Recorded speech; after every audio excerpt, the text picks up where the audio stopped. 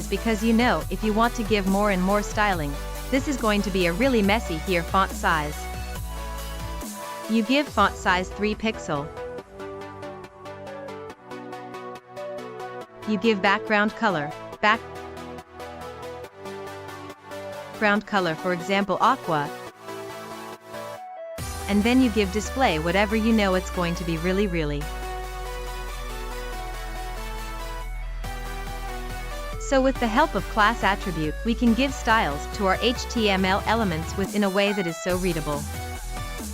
So if someone checks your code, he's not going to be lost in it. Okay, or you can easily find your styles faster. So, and let me give another background color, for example, let's say blue. And it all works just like that.